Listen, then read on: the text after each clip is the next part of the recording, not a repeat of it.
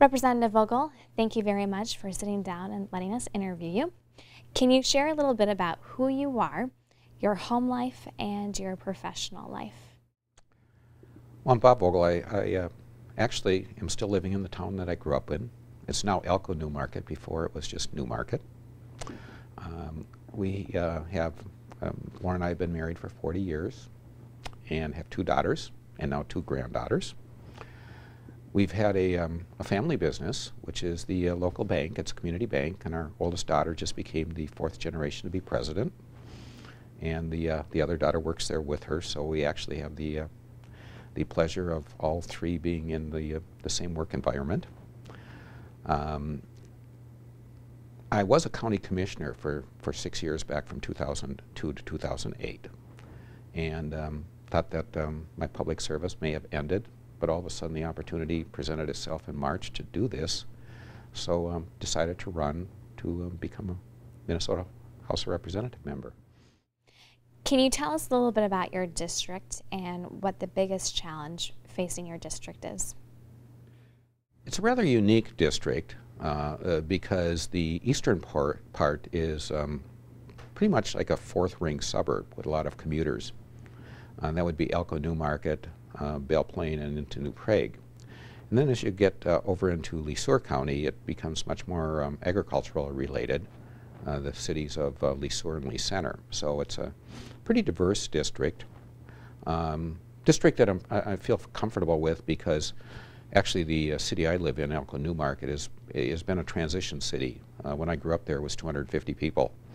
And it's now about 4,500 people because of the metro influence. So it's transcended from more of that rural setting to more of a suburban setting.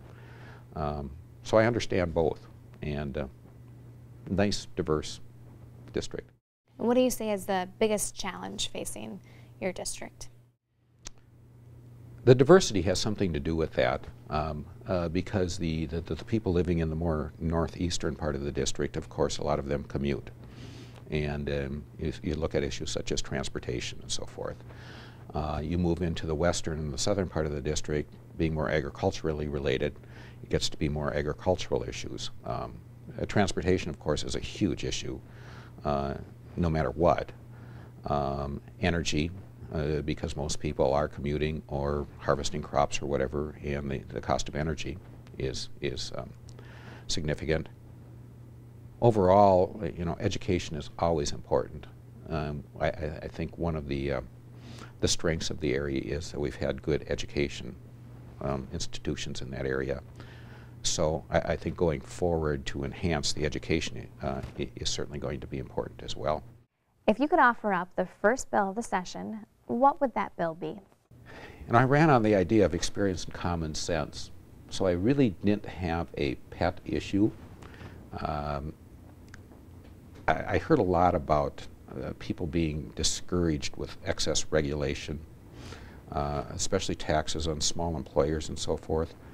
So I don't know if I could, at this point to a particular bill. It would be more the idea of applying common sense to what we're doing so that we don't infringe on people's ability to earn a living and to run a business, run their farm, educate their kids. What do you always keep on you, and why? Well, I now keep my cell phone on ever since I've had it. I've used it because it's it's connected with my emails and my calendar. My granddaughter was excited that Grandpa finally got an iPhone, because before I really only had one cell phone that I used for business, so I had to get a personal cell phone. And it happened to be an iPhone. So she was excited, and every time I see her, she takes the iPhone and tries to get me apps. Thanks for joining us for this interview.